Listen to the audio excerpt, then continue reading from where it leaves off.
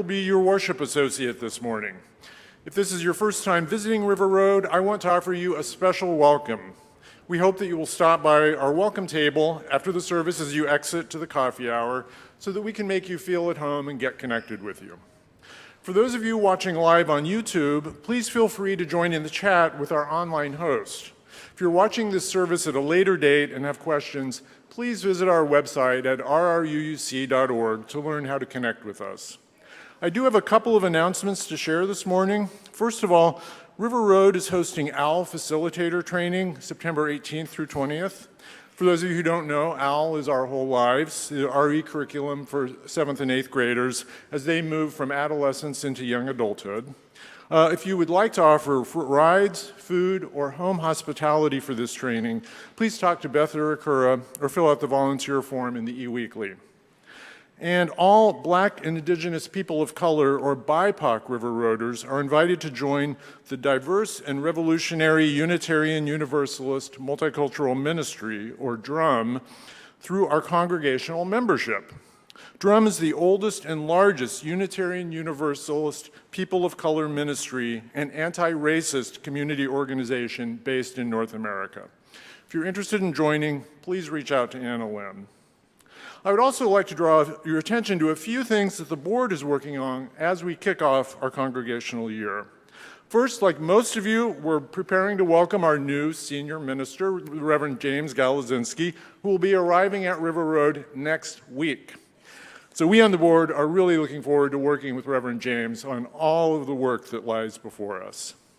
Second, at our board meeting last week, we discussed a request for a grant from the 8th Principles Fund to help with an initiative sponsored by Action in Montgomery, an interfaith organization that River Road has supported for many years, both with financial gifts and with people power. For those of you who are unfamiliar with it, the 8th Principle Fund was established by the board in 2022 to advance River Road's social justice mission, particularly as it relates to racial equality. This fund, much like River Road's longer-standing endowment fund, was made possible by generous bequests by longtime members. Both funds have supported a variety of initiatives that enable us to put our values into action in the world.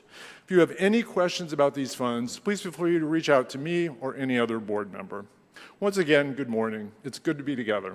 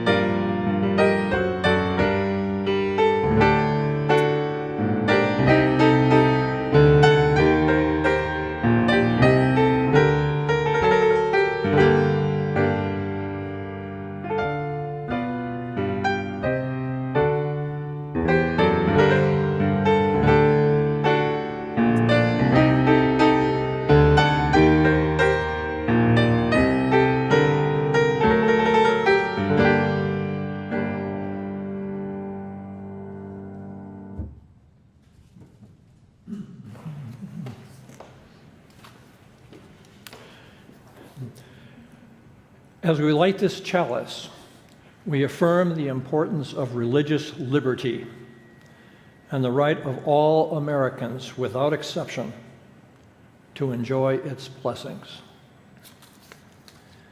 Now, if you please rise as you're willing and able to sing hymn 148, Let freedom span both east and west.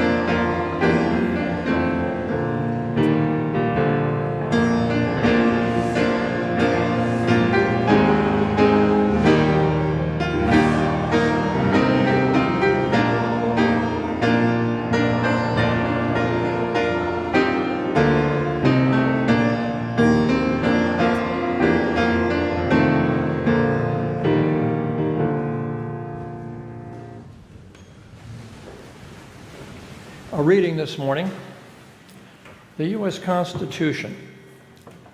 We, the people of the United States, in order to form a more perfect union, establish justice, ensure domestic tranquility, provide for the common defense, and promote the general welfare and secure the blessings of liberty to ourselves and our posterity, do ordain and establish this Constitution for the United States of America.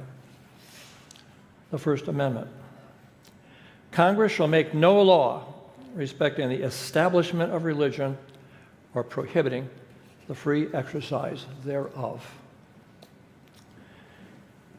If you rise as you are willing and able, we will be singing now, "This Land is Your Land."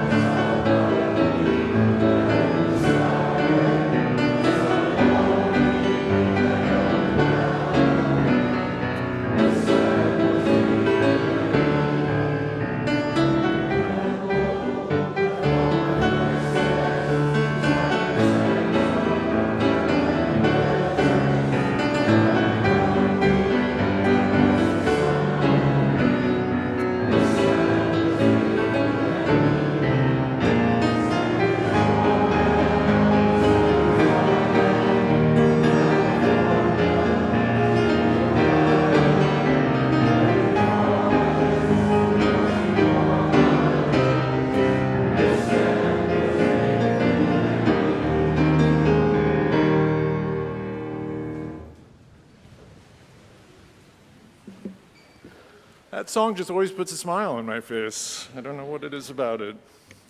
But now we're going to move into a time of prayer and meditation. And I invite each of you to settle comfortably into your seat, take a deep breath, and if you wish, close your eyes as I share these words by the Reverend Sarah Lawal.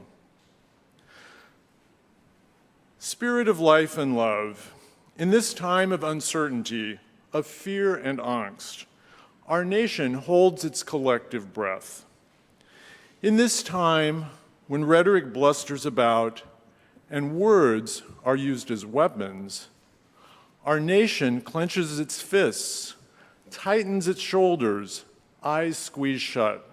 Some are preparing for a fight. May we remember we are a people of resilience.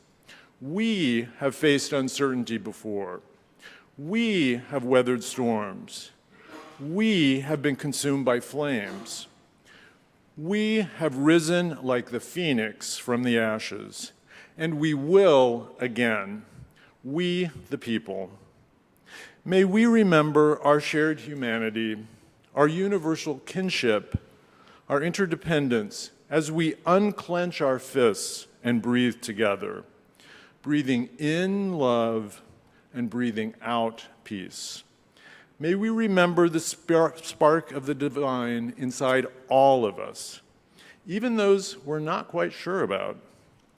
In this time of uncertainty, we remember the good will go on as we work to move forward together. We, the people, seeking that which unites us, with our arms reaching out wide for life, liberty, and the pursuit of happiness. May love prevail. In the name of all that is holy, we pray. Amen.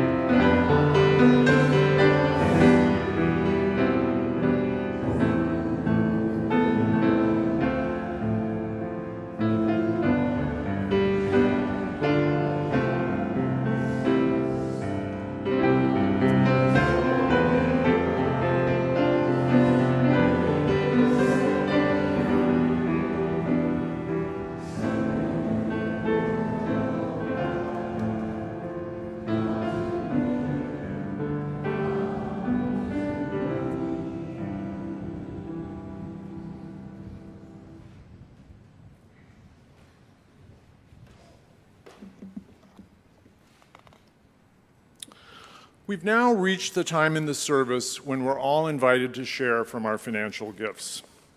During the offertory, I sometimes think back to a day in February 2018 when I stood on a living root bridge in the Khasi Hills of Northeast India, along with two other river roaders, Janice Hazelhurst and Sarah Adams. These bridges are extraordinary. They aren't built from steel or stone. Those materials would never withstand the raging torrents that the streams become during the rainy season. Instead, people patiently guide the roots of living trees, ficus trees, across streams. Year after year, decade after decade, those roots grow together until they become bridges strong enough to carry generations of people. As I stood there that afternoon, it struck me that the people who first guided those tiny roots across the stream almost certainly knew they would never live to see the finished bridge. Their individual contribution was small, but they trusted that others would continue the work and that someday people they would never meet would cross safely because of what they had begun. That is what our giving is like. None of us sustains this congregation alone, but each gift, whether small or large, is another root reaching toward the far bank. Together, our gifts create a spiritual home that nurtures us today and, just as importantly, will be here for those who come after us. As we receive this morning's offering, I invite you to think of your gift as one more living root, helping to build a bridge that future generations will one day cross. And as we've now moved to a practice of dividing every collection between River Road and a worthy designated gift organization, your gift will impact both our congregation and this month's recipient, Open City Advocates, which provides youth-centered legal defense and advocacy for young people caught up in the DC juvenile justice system. You can read more about this fine organization in the e-weekly. In a moment, ushers will pass baskets to collect the morning offering here in the sanctuary.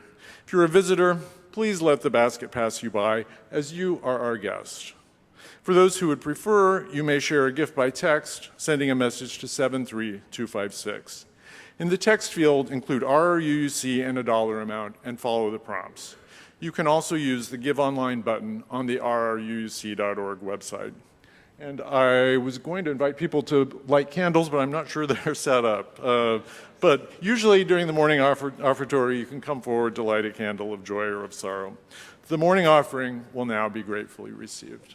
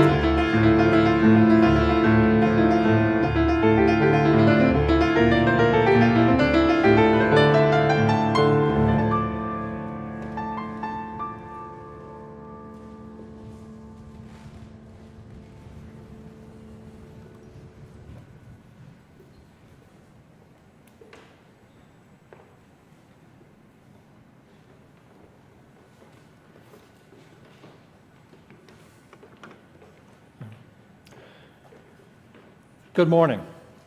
I'm Ken Button, and I will be talking about the alarming and rapid growth of what is commonly called Christian nationalism in the United States. I made a presentation here in July last year about Christian nationalism. Today, I'd like to give you a quick review and an update focused on what I believe has been the deepening penetration of Christian nationalism into the United States government and society at large. Following today's service, I invite anyone who is interested to get coffee and gather back here for a discussion of this topic. The Christian nationalist movement is part of the backlash against the changing demographics in America and the struggle to retain traditional white Christian power structures at a time of growing secular forces, which these folks perceive as highly threatening to their social and political position. Let me provide a review of a few of the key characteristics of Christian nationalism.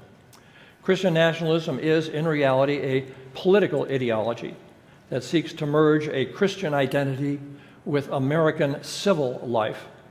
It asserts that the United States was founded as a Christian nation and should be governed according to what Christian nationalists view as biblical law. Its version of Christianity should have a privileged place in public life, and that the United States is explicitly Christian in governance. In reality, however, Christian nationalism is relatively little bit about Christianity and a lot about political power. A core value of Christian nationalism, is the false belief that the United States was founded as a Christian nation. While religion was certainly important within American culture in colonial times, the nation was not, in fact, founded with the goal of Christian political governance. In writing the U.S. Constitution and the Bill of Rights, an important concern of the Founding Fathers was to ensure full religious liberty for all, especially given our colonial history of conflict and persecution among the many contending denominations. This is why, in contrast to the European powers, the U.S. Constitution was the first and only founding document to be explicitly secular, with no established church. There is no mention of Christianity, Jesus, God, or the Bible. It is a secular document. The only mention of the word religion in the body of the Constitution was to keep religion out of government, as Section 6 states that no religious test shall ever be required as a qualification for any federal office. The only other mention of the word religion occurs in the First Amendment, stating, "Congress shall make no law respecting an establishment of religion or prohibiting the free exercise thereof." This is the basis of the wall of separation between church and state, as memorialized by Thomas Jefferson. Notice the two parts of the First Amendment. First, the bar against establishment of religion, and second, the separate protection for free exercise. You may have heard of some of the following present-day concepts, which are among the most widely identified within Christian nationalism, especially in its so-called charismatic branch: dominionism, the Seven Mountains Mandate, and the New Apostolic Reformation. As a group, they incorporate the theocratic idea that Christians are called by God to seek political power so as to exercise dominion over every aspect of society, including government, business, media, education, entertainment and arts, family, and religion. They assert that political legitimacy can only come from God, and that so-called biblical law, not the Constitution, should be the law of the land. Christian nationalists share a number of specific,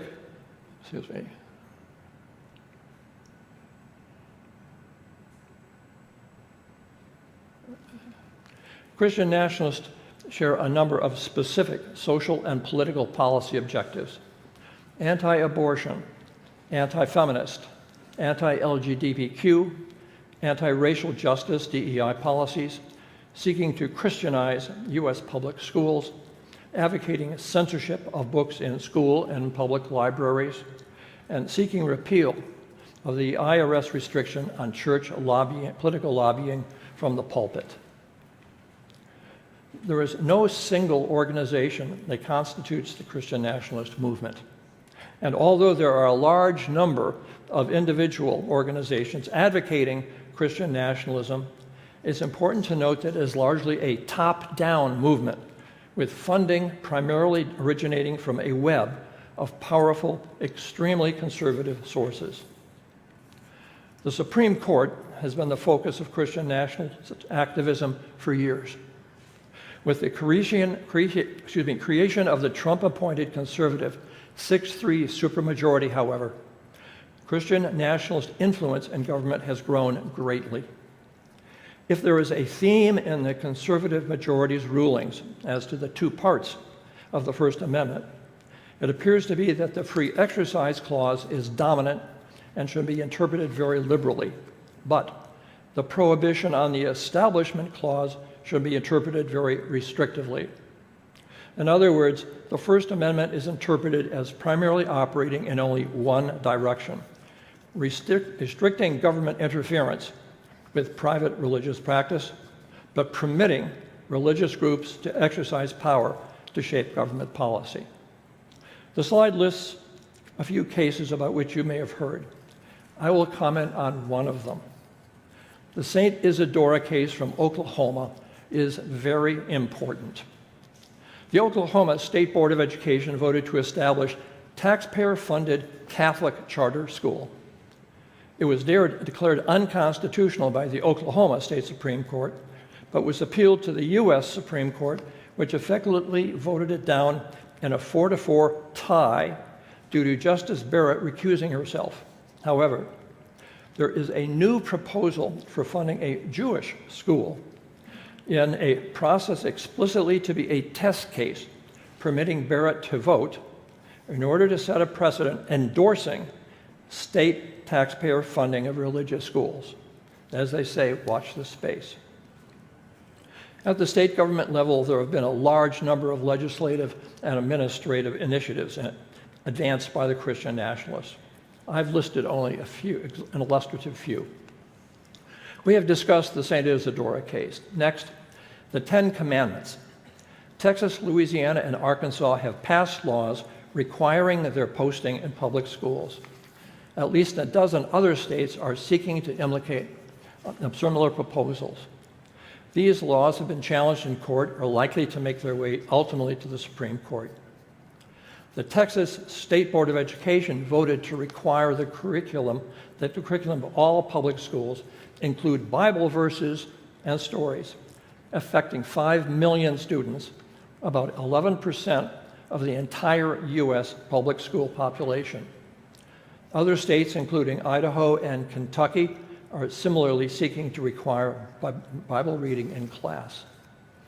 In too many localities to name, there have been efforts to censor library and school books. Of a different sort, I note that in North Dakota, fully 1/3 of the state legislature voted for a proposal to, quote, acknowledge the kingship of Jesus Christ over all civil power. Lastly, it appears that in some states, religious freedom does not include Islam. For example, Texas Governor Abbott has invoked the state's anti-Sharia law in declaring the Council on Islamic American Relations to be a terrorist organization. Texas State Representative Andy Hopper proudly declared, quote, in the state of Texas, we get to define what a religion is, and Islam is not a religion protected by the First Amendment of the Constitution.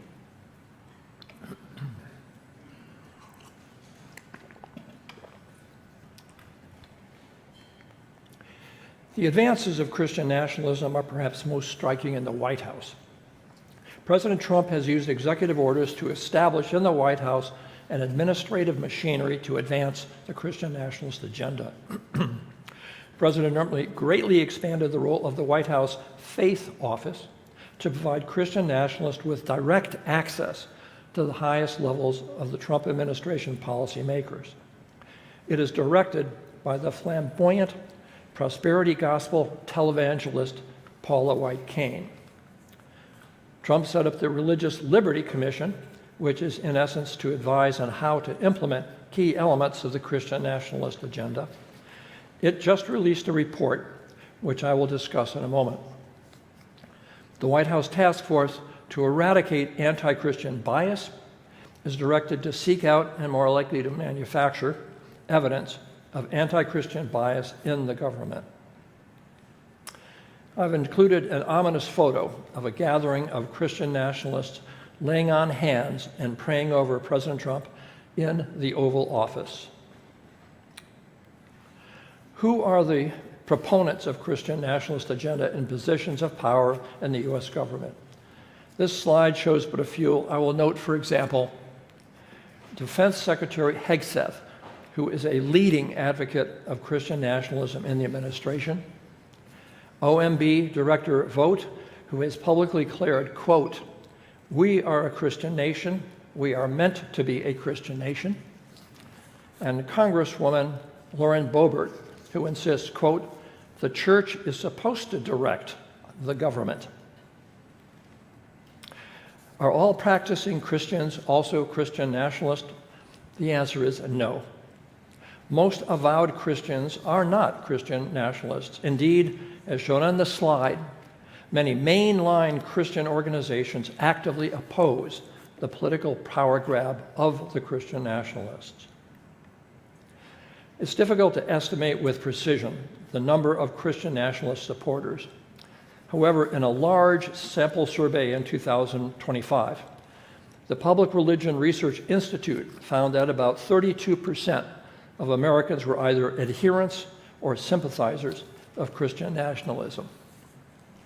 Not surprisingly, they tend to be concentrated politically among Republicans and geographically in the more conservative Republican-dominated states. Note that in the top 5 states, about half of the whole population is in these groups. During the past year, there have been a number of troubling developments indicating the deepening of penetration of the Christian nationalism in the U.S. government. The overall effect might be characterized as the movement of what might have been previously viewed as fringe behavior now into what might be called Christian nationalism's mainstream. Unfortunately, accompanying this phenomenon has been a tendency by the general population to accept prior unacceptable behavior as the new normal.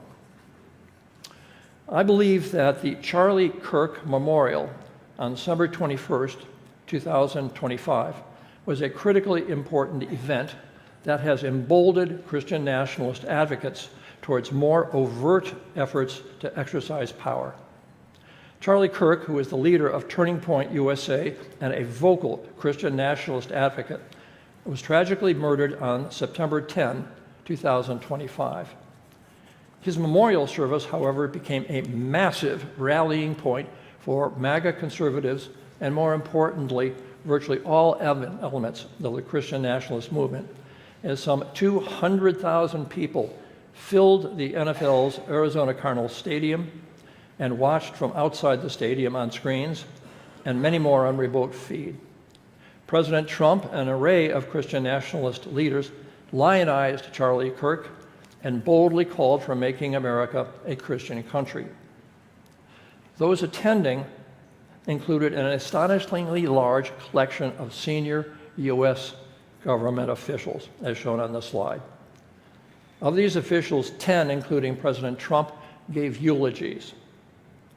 Kirk's body was transported to the site by Air Force Two, with pomp and honors acknowledging his evolving role as a Christian nationalist martyr. In the wake of this memorial event, the Trump administration became dramatically bolder in its efforts to Christianize the federal bureaucracy and to promote the Christian nationalist agenda generally. One such development has been the President's Religious Liberty Commission issuance of a report of its finding about what it asserts has been the suppression of religious liberty and religious activity during the Biden administration. The commission is comprised primarily of conservative Christians, many of whom are overtly Christian nationalists. Liberal voices are notably absent. Commission Chairman, Texas Lieutenant Governor Dan Patrick, has made statements such as, "There is no such thing as separation of church and state in the Constitution, and for too long, the anti-God left has used this phrase to suppress people of religion." The report can justifiably be criticized as it misdefines the separation of church and state to mean a society-wide attack on religious practice. In fact, the concept really means the free exercise of religion can flourish without government interference, while government institutions can operate without their policies being manipulated by any privileged religious group. The main complaint of the commission is that in a number of instances, the Biden administration refused to give conservative Christian faith-based institutions and individuals exemptions from the anti-discrimination, health, and education obligations which the overall population is required to comply. The Commission has specifically asked President Trump to direct the Department of Justice to issue official guidance as to the meaning of the First Amendment's Establishment Clause that will reject the concept of separation of church and state. Instead of separation, the Justice Department is to endorse a version of what is so-called religious liberty that would be a, quote, bridge between church and state, meaning in practice that the federal and state governments should be encouraged to invite conservative Christians to help shape public policy.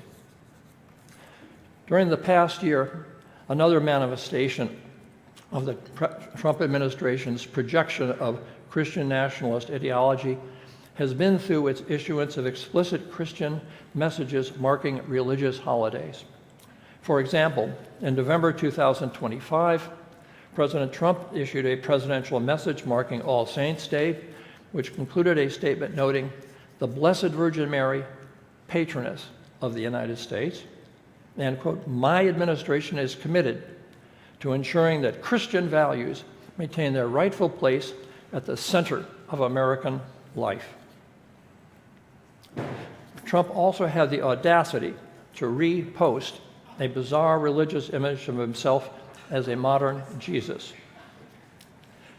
President Trump's cabinet secretaries have been even more forthright in espousing Christian beliefs in messages to their employees, apparently not mindful that many of their employees may have diverse non-Christian identities.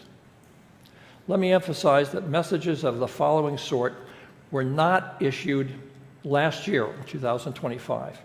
This is new. For example, Secretary of Agriculture Rollins broadcast a Christmas message to USDA's entire 100,000 member workforce, phrasing it as if all were observant Christians. And her Easter message opened very dramatically with, quote, Happy Easter, he has risen indeed, and continued with repeated references to our faith and our risen Lord. Here's the actual elaborate message with, at the top, a colorful picture of the stone rolled away from the tomb and the message, he is risen, and including the official seal of the Agriculture Department, signifying this is an official department's message. I'm going to quickly click through the Easter messages of a sample of other federal departments to give you a flavor of how widespread this practice has become. Education, Energy, State Department, Homeland Security, Health and Human Services, and Defense. Secretary of War, Pete Hegseth's message included a graphic and the official seal of the U.S. Department of War, as if to ensure recognition that this was an official government message. Once again, note that these messages are new this year. Let's focus further on what Secretary Heth is doing within the Department of Defense. There has been publicity about Hegseth holding religious services in the Pentagon and using explicit Christian and violent language in support of the war in Iran. Perhaps more spotlight ought to be directed at Hegseth's invitation to his pastor, Doug Wilson, a self-identified Christian nationalist and paleo-Confederate who preached at a Pentagon worship service organized by Hegseth. Given that Hegseth is a strong supporter of Wilson and a member of Wilson's Idaho-based church, Wilson has gained a prominent platform for espousing his theocratic Christian nationalist ideology. Wilson has written widely of his proposal that the United States, for example, be an explicitly Christian theocracy in which non-Christians could not hold public office, so-called biblical law would prevail, and homosexuality would be a crime. Women would not be allowed to vote and would be instructed to be submissive in all respects to their husbands, as he is what he terms a paleo-Confederate he has defended slavery in the American South. What is remarkable is how quickly Wilson, who until recently was an outlier within conservative Christianity, is now, with Hegseth's help, considered a mainstream Christian nationalist voice. Wilson himself has stated, quote, "This is the first time we've had connections with so many people in the national government as we do now." I'd like to draw your attention to another Christian nationalist who had been even farther out on the fringe of the movement, but recently has been receiving more attention than I might have anticipated, given the extremism and even violence that his beliefs incorporate. It is Stephen Wolfe, author of the book, The Case for Christian Nationalism. His book has been subject to far more reviews, including by Doug Wilson, and has been sought out for far more interviews than I would have expected. While many of the reviews and media coverage have included criticism of Wilson's proposals, the point is that once what was fringe behavior is now considered worthy of serious discussion. In Wolfe's theocracy, so-called Christian prince is to be the leader of the Christian nation. All governance comes from God, such that civil law is dead. Non-Christians are not entitled to political equality, and a Christian magistrate may punish false teachers, heretics, blasphemers, and idolaters. And indeed, arch heretics, quote, can be justly put to death. As to gender relations, Wolfe believes that our society is plagued with gynocracy, and the role of women should be drastically suppressed. You'll forgive me if I speculate as to who might provide the Christian nationalist muscle if, in some truly dystopian development, Wilson's or Wolfe's vision were to gain political traction nationally or in some majority Christian nationalist state. Well, here's a photo of 400 masked members of the neo-fascist and staunch Christian nationalist Patriotic Front marching in disciplined military style at the mall during 4th of July celebrations. The Patriotic Front is but one of a number of right-wing militias, including the Oath Keepers and Proud Boys, prepared to join in. There is, however, important positive news.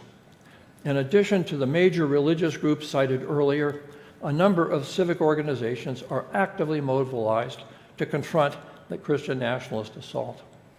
A prominent one, founded in 1947, is Americans United for Separation of Church and State, which is a group that I continue to support. Another one is the American Civil Liberties Union. Both have been especially active and with an admirable win record in opposing Christian nationalism in state and federal courts, such as on the First Amendment. Well, what can you do? As citizens, I believe that it's critical for us to support such organizations in this effort. Check out their websites and vote for candidates who support true religious liberty at the federal, state, and certainly local level.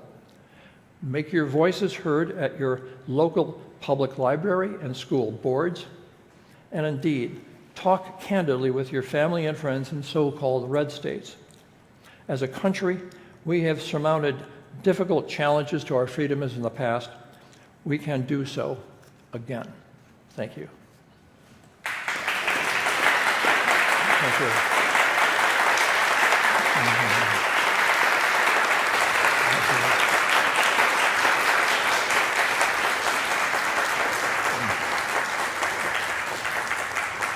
Thank you again. And now, as you are willing and able, please rise for a hymn. You will be singing hymn number 108, My Life Flows in Endless Song.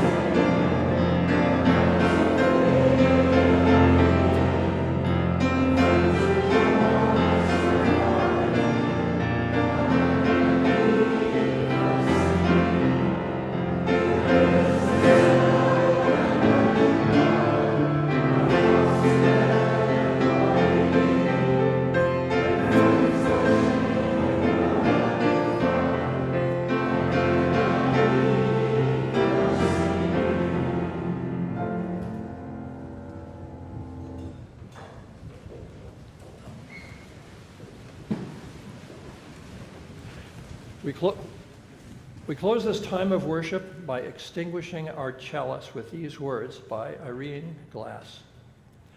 As we extinguish our chalice, may we remember the flame of life in all things, the bright center of our planet, the star that lights our world, and the way those points of brightness connect within us and within all things. May we carry the light, may we share it freely, may we find it everywhere.